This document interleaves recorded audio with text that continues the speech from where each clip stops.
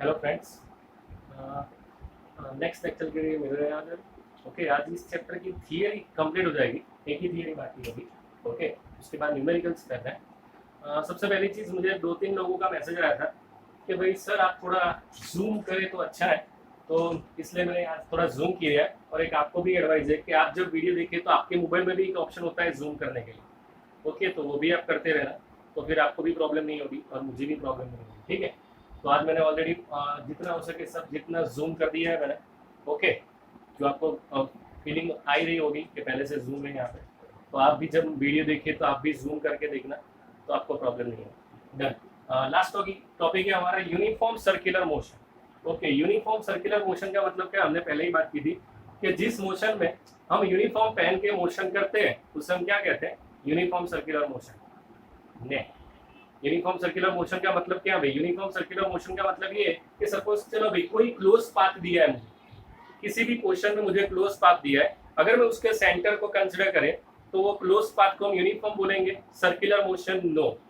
जब भी सपोज ये डायग्राम है मेरे पास, टेक्स्ट में 4-5 डायग्राम दिए, हमें सिर्फ 2 डायग्राम ड्रॉ करने और नहीं करना है। और तीसरा जो मोस्ट इंपोर्टेंट है, बेसिक डायग्राम ये वाला, सर्कल अच्छा होना चाहिए, जूम करे या जूम ना करे फिर भी।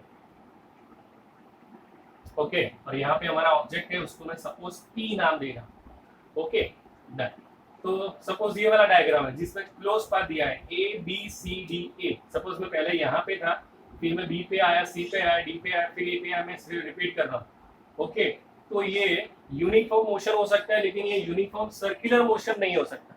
सेम टू सेम यहाँ पे हेक्सागोन बनाया है A B C D E F A. अगर मैं अपना मोशन रिपीट करते रहता हूँ तो ये यूनिफॉर्म मोशन कह सकते हैं, लेकिन यूनिफॉर्म सर्कुलर मोशन नहीं कह सकते। It is the uniform circular motion. Okay, अगर मेरे पास क्लोज पाथ है और सर्कल में अगर हम मोशन कर रहे हैं, सर्कल में ओनली फॉर सर्कल, तो हम क्या बोलेंगे उसको, और यूनिफॉर्म स्पीड से, तो अगर हम उसको बोल सकते हैं यूनिफॉर्म सर्कुलर मोशन। में आपको एग्जांपल दे रहा हूँ 3-4। ओके, सपोज आप मैरीगो राउंड में बैठ रहे हैं, सपोज आप फन फेयर में गए और उसमें आप मैरीगो राउंड में बैठ रहे हैं, तब जो मोशन हो रहा है वो क्या होगा, यूनिफॉर्म सर्कुलर मोशन। ओके, या फिर उसके अलावा सपोज आपके पास एक स्टोन है, उसको अपने स्टोन या कोई भी ऑब्जेक्ट है, आपने उसको स्ट्रिंग से टाइट कर दिया, फिर आपने उसमें अपने हाथ में ले लिया और आप ऐसे उसको मोशन दे रहे हैं ऐसे, तब ये जो मोशन हो रहा है वो क्या होगा, uniform circular motion. Okay, basically उसमें ये होता है कि जब भी यूनिफॉर्म सर्कुलर मोशन होगा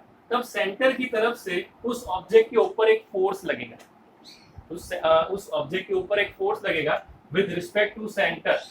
और उस फोर्स का नाम क्या, सेंट्रीपिटल फोर्स और सेंट्रीफ्यूगल फोर्स, दो नाम है उसको। सेंटर की तरफ से एक फोर्स लग रहा है, उसका नाम क्या है भाई, सेंट्रीपिटल फोर्स, या फिर दूसरा नाम क्या, सेंट्रीफ्यूगल फोर्स। पहला वाला नाम यूज करना ज्यादा, क्योंकि मैं भी यही कर रहा, centripetal force. Okay, basically uniform circular motion के लिए हम ये कह सकते हैं, अगर मैं स्पीड की बात करूं, यूनिफॉर्म सर्कुलर मोशन के लिए स्पीड फाइंड आउट करें, तो मैं लिखूंगा यहाँ पे speed is equal to total distance upon total time. तो सर्कल का टोटल, सपोज मैं यहाँ से स्टार्ट कर रहा हूँ, तो सर्कल का टोटल डिस्टेंस क्या होता है, 2πr, और उसका टाइम क्या होता है, t। तो योर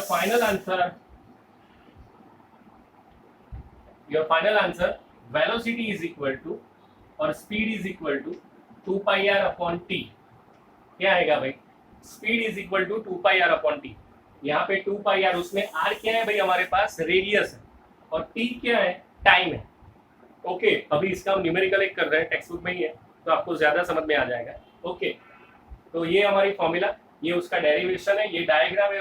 इन दोनों के अलावा हमें भी थोड़ा अंदर कुछ लिखना पड़ेगा कि भैया shown in the figure, in figure 1 and 2 we can't follow uniform circular motion. For uniform circular motion we have to take this graph, okay, और this diagram, और उसके लिए भी सब कुछ लिखना पड़ेगा। ठीक है, 3 मार्क का टॉपिक है, बहुत अच्छा टॉपिक है। डन।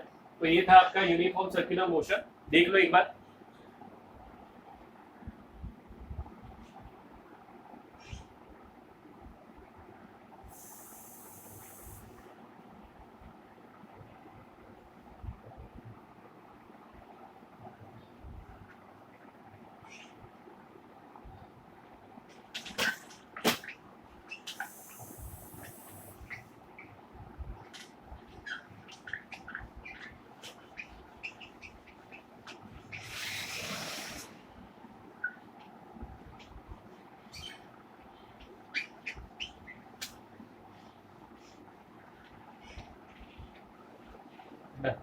अभी न्यूमेरिकल स्टार्ट कर रहा है एक्सरसाइज।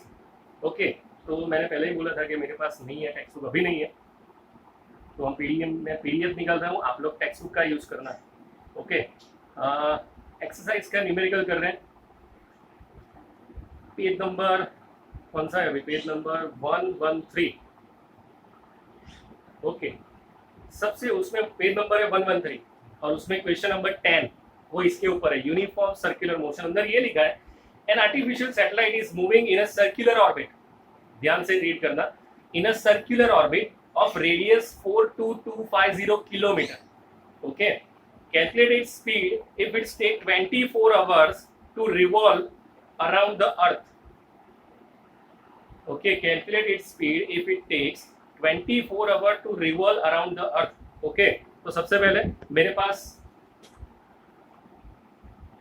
रेडियस है, एग्जांपल नंबर 10, रेडियस दी है 42250 किलोमीटर और टाइम दिया है मेरे 24 आवर। ओके, हमें चाहिए स्पीड, तो सबसे पहले फॉर्मूला क्या होगी? v equal to 2πr/t। Okay, कोई डाउट यहां तक? रेडियस दी है 4225 किलोमीटर। ओके, यहाँ पे मैं 2 लिख रहा हूं, यहाँ पे 3.144250 और यहाँ पे 24। ओके, अब इसके दूसरी भी है, सपोज आपको पहले से कन्वर्ट कर देना लेकिन चलेगा, अभी यही मेथड करेंगे। आपका आंसर आएगा किलोमीटर पर आवर में, क्योंकि डिस्टेंस किलोमीटर में है और टाइम आवर में। ओके, आपका जो भी आंसर आए उसको बाद में हम कन्वर्ट करेंगे मीटर पर सेकंड में। सबसे पहले इसको डिवाइड कर रहे हैं, यहाँ पे 2 हो जाएगा 1625 और यहाँ पे हो जाएगा 12। ठीक है, उसके बाद इसके आगे कैसे कट हो रहा है? यहाँ पे 3 से कट होगा, ये देख लो तो एक बार, नहीं होगा। ओके, यहाँ से ये कर रहे हैं 6 कर रहे हैं। ओके, तो अभी आपको क्या करना पड़ेगा? 21625 okay into 3.14 and whole divide by 6, ये अभी आपको सॉल्व करना पड़ेगा, तब आपका आंसर जो भी आएगा वो आएगा किलोमीटर पर आवर में। ओके, 21625 इंटू 3.14 डिवाइड बाय 6, तब आपका ये जो भी आंसर आएगा किलोमीटर पर आवर में आएगा। सपोज मैं अभी इसको भी सॉल्व कर रहे हैं, चलो। ओके,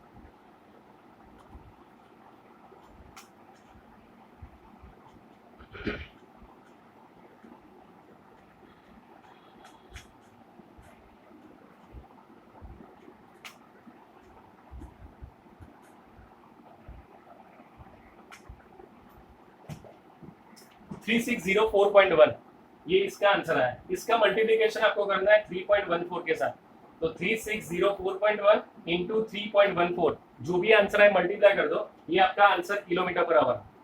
तो ये आपकी स्पीड हुई फॉर यूनिफॉर्म सर्कुलर मोशन। देख लो एक बार, और लिख दो रहा है तो लिख दो जल्दी।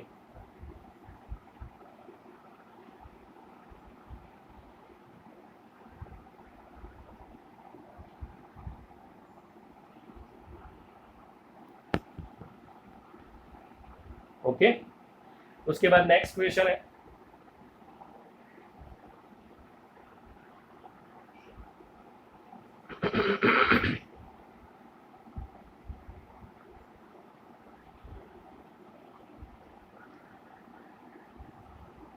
ओके क्वेश्चन नंबर 3, वो भी अच्छा है। तो स्टेटमेंट रीड कर रहे हैं हम सबसे पहले। अभी अंदर ये लिखा है, ओके अंदर ये लिखा है भाई कि Abdul while driving to school computes the average speed for his trip to be 20 kilometre per our. जब मतलब अपने स्कूल में जा रहा था तब उसकी स्पीड कितनी थी? 20 kilometre per hour. On his return trip along the same route, same distance है उसमें। Okay, there is less traffic and the average speed is 40 kilometre per hour. What is the average speed for Abdul trip? Okay, जब वो जा रहा था तब उसकी speed थी 20, जब वो वापस आ रहा था तब उसकी स्पीड कितनी थी? 40। तो हमें एवरेज स्पीड चाहिए। ओके, तो उसके लिए सबसे पहले हमें डिटेल में लिखना पड़ेगा सब कुछ। ओके, सबसे पहले लिख रहे हैं हम क्वेश्चन नंबर 3, जब वो जा रहा था तब उसकी स्पीड थी 20 किलोमीटर पर आवर, जब वो वापस आ रहा था तब स्पीड थी 40 किलोमीटर पर आवर, दोनों में सेम डिस्टेंस था। हमें स्पीड चाहिए, एवरेज स्पीड। तो हम लिखेंगे total distance upon total time. Suppose मैं स्कूल तक का डिस्टेंस डी काउंट कर रहा हूँ, तो अपने घर से स्कूल पे गया और स्कूल से घर पे गया, तो D plus D, total distance D plus D, और टाइम ले रहे हैं हम t1 प्लस t2। ओके, चलो यहाँ पे मैं 2d लिख दूंगा। अब टाइम की जगह पे मेरे पास एक फॉर्मूला है, velocity equal to distance upon time, तो मैं टाइम की जगह पे डिस्टेंस अपॉन वेलोसिटी लिख सकता हूँ, डिस्टेंस अपॉन वेलोसिटी। तो यहाँ पे t1 की जगह पे लिखा है d अपॉन v1 और t2 की जगह